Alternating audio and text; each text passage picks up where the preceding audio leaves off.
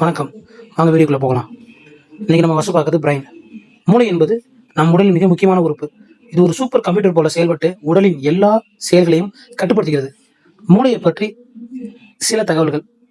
ஒரு வயது வந்த மனிதனின் மூளை சுமார் 1.25 முதல் 1.5 கிலோ எடை இருக்கும். மூளையில் சுமார் 86 பில்லியன் நரம்பு செல்கள், அதாவது நியூரோன்ஸ் உள்ளன. உடல் பயன்படுத்தும் ஆக்சிஜனின் சுமார் 20% மூளைக்கே தேவைப்படும். மூளை வலி உணராது. அதனால் சில மூளை அறுவை சிகிச்சைகள் நோயாளி விழித்திருக்கும் நிலையிலேயே செய்யப்படுகின்றன. மூளையின் முக்கிய பகுதிகள்: செரபரம் பெருமூளை, சிந்தித்தல், நினைவாற்றல், பேசுதல், கற்றல், முடிவெடுத்தல். செரிபெலம் சிறுமூளை, உடல் சமநிலை மற்றும் இயக்க ஒருங்கிணைப்பு. பிரெயின்ஸ்டம் மூளைத்தண்டு, சுவாசம், இதய துடிப்பு, விழுங்குதல் போன்ற தானியங்க செயல்கள். மூளையை ஆரோக்கியமாக வைத்திருக்க தினமும் 7 முதல் 9 மணி நேரம் தூங்குங்கள். சத்தான உணவுகள், பருப்புகள், மீன், பழங்கள், காய்கறிகள் சாப்பிடுங்க. தினமும் உடற்பயிற்சி செய்யுங்கள். புதிய விஷயங்களை கற்றுக்கொள்ளுங்கள். புதிர்கள், வாசிப்பு போன்றவை மூளைக்கு நல்ல பயிற்சி. போதுமான அளவு தண்ணீர் குடியுங்கள். சுவாரஸ்யமான தகவல்: மனித மூளை மிகவும் தகவல்களை சேமிக்கும் திறன் கொண்டது. அதன் நினைவக திறனை துல்லியமாக அளவிட முடியாவிட்டாலும் வாழ்நாள் முழுவதும் எண்ணற்ற நினைவுகள், திறன்கள், அனுபவங்களை சேமித்து பயன்படுத்தும் அளவுக்கு அதிசயமானது. நம்ம ரெண்டாவதா பார்க்கறது ஹார்ட், இதயம். இது மனித உடலின் மிக முக்கியமான தசை உறுப்பு. இது மார்பின் நடுப்பகுதியில் சிறிய இடது பக்கம் சாய்ந்து அமைந்துள்ளது. இதயத்தின் முக்கிய பணிகள்: உடல் முழுவதும் ரத்தத்தை பம்ப் செய்கிறது, ஆக்சிஜன் மற்றும் சத்துக்களை உறுப்புகளுக்கு கொண்டு செல்கிறது, கார்பன் டை ஆக்சைடு மற்றும் கழிவுப் பொருட்கள் நிறைந்த ரத்தத்தை நுரையீரலுக்கு அனுப்புகிறது. இதயத்தின் அமைப்பு: இதயத்தில் 4 அறைகள் உள்ளன. வலது மேலறை ரைட் ஆர்டியம், வலது கீழறை ரைட் வென்ட்ரிக்கல், இடது மேலறை லெப்ட் ஆர்டியம், இடது கீழறை லெப்ட் வென்ட்ரிக்கல். அளவு: ஒரு பெரிய இதயம் பொதுவாக அவருடைய முட்டிக்கை ஃபிஸ்ட் ஒத்த அளவில் இருக்கும். எடை சுமார் 250 கிராம் முதல் 350 கிராம் வரை இருக்கும். இதயத்தை ஆரோக்கியமாக வைத்திருக்க தினமும் குறைந்தது 30 நிமிடம் நடைபயிற்சி அல்லது உடற்பயிற்சி செய்யுங்கள். அதிக எண்ணெய், உப்பு, சர்க்கரை உள்ள உணவுகளை குறைக்கவும். போதுமான தூக்கம் பெறுங்கள். புகைப்பிடித்தல் மற்றும் புகையிலை பொருட்களை தவிர்க்கவும். உடல் எடையை கட்டுப்பாட்டில் வைத்திருக்கவும். உங்கள் வயது, உயரம், எடை அடிப்படையில் எடை குறைக்க முயற்சித்து வந்தால் இதய ஆரோக்கியத்திற்கும் அது நல்லது. அடுத்ததாக டிஎன்ஏ. மரபணு என்பது உயிரினங்களின் தகவல்களை சேமித்து வைத்திருக்கும் மூலக்கூறு. டிஎன்ஏவின் முக்கிய அம்சங்கள்: டிஎன்ஏ நம் உடலின் வளர்ச்சி, செயல்பாடு மற்றும் இனப்பெருக்கத்திற்கான தகவல்களை கொண்டுள்ளது. இது செல்களின் அணுக்கருவில் நியூக்ளியஸ் பெரும்பாலும் காணப்படுகிறது. டிஎன்ஏவின் அமைப்பு இரட்டை சுருள் வடிவில் இருக்கும். இதை ஜேம்ஸ் வாட்சன் மற்றும் பிரான்சிஸ் கிரிக் ஆகியோர் விளக்கினர். டிஎன்ஏவின் கட்டமைப்பு: டிஎன்ஏ 4 வகை நைட்ரஜன் அடிப்படைகளால் உருவாகியுள்ளது.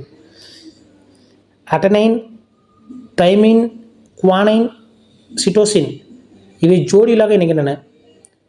அடனைன், தைமின், குவானைன், சிட்டோசின். டிஎன்ஏ என்ன செய்கிறது? மரபியல் தகவலை சேமிக்கிறது.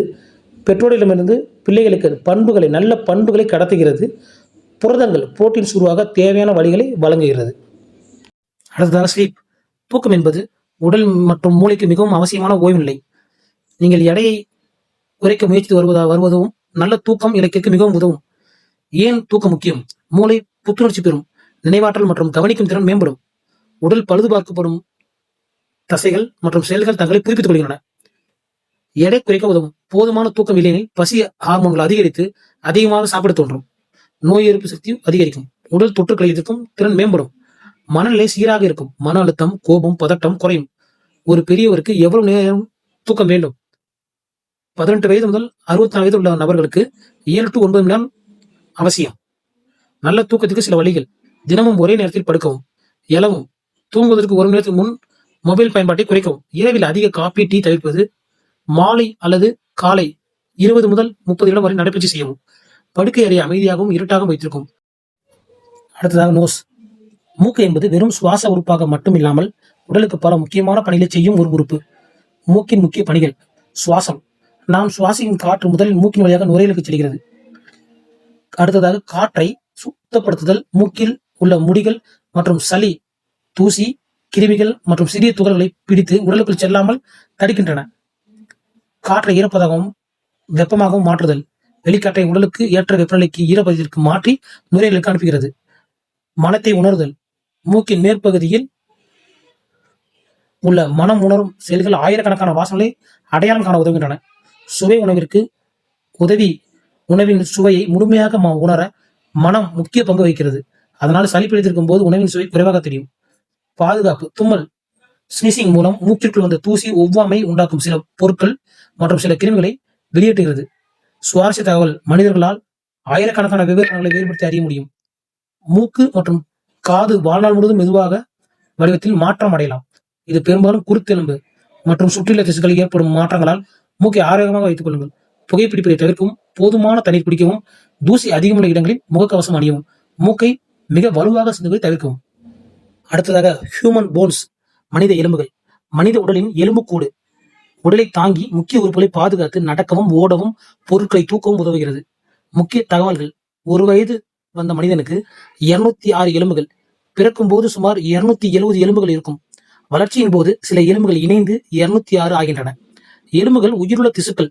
அவை தொடர்ந்து பழுது பார்க்கப்பட்டு புதுப்பிக்கப்படுகின்றன. முக்கிய எலும்புகள். மண்டை ஓடு ஸ்கல் மூளையை பாதுகாக்கிறது. முதுகெலும்பு ஸ்பைன் உடலை நேராக தாங்குகிறது. நரம்பு தண்டை பாதுகாக்கிறது. விலா எலும்புகள் ரிப்ஸ் இதயம் மற்றும் நுரையீரலை பாதுகாக்கின்றன. மேல் கை எலும்பு ஹியூமரஸ் தோள்பட்டையிலிருந்து முழங்கை வரை. தொடை எலும்பு ஃபெமோர் உடலிலேயே மிக நீளமான மற்றும் வலிமையான எலும்பு. முழங்கால் முடி பெட்டலா முழங்காலை பாதுகாக்கிறது. எலும்புகளின் வேலை.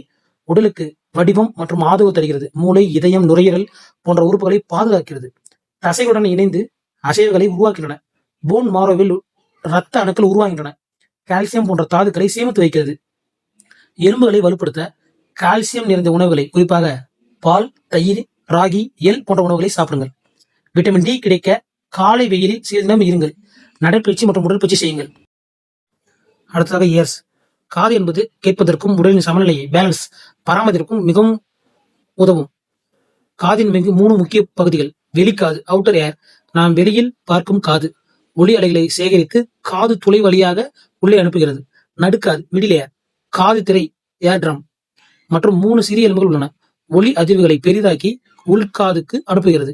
மனித உடலில் உள்ள மிக சிறிய எலும்புகள் இங்கே உள்ளன. உள்காது இன்னர் ஏர் கோச்லி என்ற சுருள் வடிவ அமைப்பு ஒலியை நரம்பு சிக்னல்களாக மாற்றுகிறது. வெஸ்டிபுலர் சிஸ்டம் உடலின் சமநிலையை பராமரிக்க உதவுகிறது. காது எப்படி கேட்கிறது? ஒலி அலைகள் வெளிக்காதுகளுக்குள் நுழைகின்றன. அவை காது திரையை அதிர வைக்கின்றன. நடுக்காதின் சிறிய எலும்புகள் அந்த அதிர்வை உள்காதுக்கு அனுப்புகின்றன. கொச்சில்லா அதை மின் சிக்னலாக மாற்றுகிறது. அந்த சிக்னல் மூளைக்கு சென்று நாம் ஒலியை உணர்கிறோம். சில சுவாரஸ்ய தகவல். குழந்தை பிறக்கும் முன்பே கருவில் இருக்கும் போது கேட்க தொடங்குகிறது. 2 காதுகளும் சேர்ந்து ஒலி எந்த திசையில் இருந்து வருகிறது என்பதை கண்டறிய உதவுகின்றன. காதில் உருவாகும் மெழுகு ஏர் வாக்ஸ் தூசி, பூச்சிகள் மற்றும் கிருமியிலிருந்து காதை பாதுகாக்கிறது. காதை பாதுகாக்க அதிக சத்தமுள்ள இடங்களில் நீண்ட நேரம் இருக்க வேண்டாம். காது சுத்தம் செய்ய காட்டன் பட்ஸ், குச்சி போன்றவற்றை ஆழமாக உள்ளே செலுத்த வேண்டாம். வலி, சீல் அல்லது கேட்கும் திறன் குறைதல் இருந்தால் மருத்துவரை அணுகவும். அடுத்ததாக பிளட். ரத்தம் என்பது நம் உடலின் மிக முக்கியமான திரவ திசு. இது உடலின் ஒவ்வொரு செல்லுக்கும் ஆக்சிஜன், ஊட்டச்சத்து மற்றும் ஹார்மோன்களை கொண்டு செல்கிறது. அதே நேரத்தில் கழிவுப் பொருட்களை வெளியேற்ற உதவுகிறது. ரத்தத்தின் 4 முக்கிய பகுதிகள். பிளாஸ்மா சுமார் 55%. மஞ்சள் நிற திரவம். இதில் தண்ணீர், புரதம், ஊட்டச்சத்துக்கள், ஹார்மோன்கள் உள்ளன. ரெட் பிளட் செல்ஸ் உடலில் எல்லா பகுதிகளுக்கும் ஆக்சிஜனை எடுத்துச் செல்கின்றன. இதில் ஹீமோகுளோபின் உள்ளது. ஒயிட் பிளட் செல்ஸ் உடலை கிருமிகள் மற்றும் நோய்களிலிருந்து பாதுகாக்கின்றன. நமது நோய் எதிர்ப்பு சக்தியின் முக்கிய பகுதி. பிளேட்லெட்ஸ் காயம் ஏற்பட்டால் ரத்தம் உறைய உதவுகின்றன. அதிக இரத்தப்போக்கை தடுக்கின்றன. ரத்தத்தின் முக்கிய பணிகள் ஆக்சிஜனை உடலின் அனைத்து உறுப்புகளுக்கும் கொண்டு செல்வது, கார்பன் டை ஆக்சைடை நுரையீரலுக்கு கொண்டு வருவது, ஊட்டச்சத்துக்களை செல்களுக்கு வழங்குவது, உடல் வெப்பநிலையை சமநிலைப்படுத்துவது, கிருமிகளிலிருந்து உடலை பாதுகாப்பது, காயம் ஏற்பட்டால் ரத்தத்தை உறைய செய்வது. இரத்த வகைகள் ஏ, பி, ஏபி, ஓ. ஒவ்வொரு வகையிலும் பாசிட்டிவ், நெகட்டிவ் இருக்கும். உதாரணம் ஏ பாசிட்டிவ், ஓ நெகட்டிவ். ஒரு சுவாரஸ்யமான தகவல் 1 வயது வந்த மனிதனின் உடலில் சுமார் 4.5 முதல் 5.5 லிட்டர் வரை ரத்தம் இருக்கும். இதயம் 1 நிமிடத்துக்கு சுமார் 5 லிட்டர் ரத்தத்தை உடல் முழுவதும் பம்ப் செய்கிறது. தேங்க்ஸ் ஃபார் வாட்சிங். மீண்டும் ஒரு மைண்ட் ப்ளோயிங் ஃபேக்டோட சந்திப்போம். Until then, stay curious with Fact Nova. Subscribe.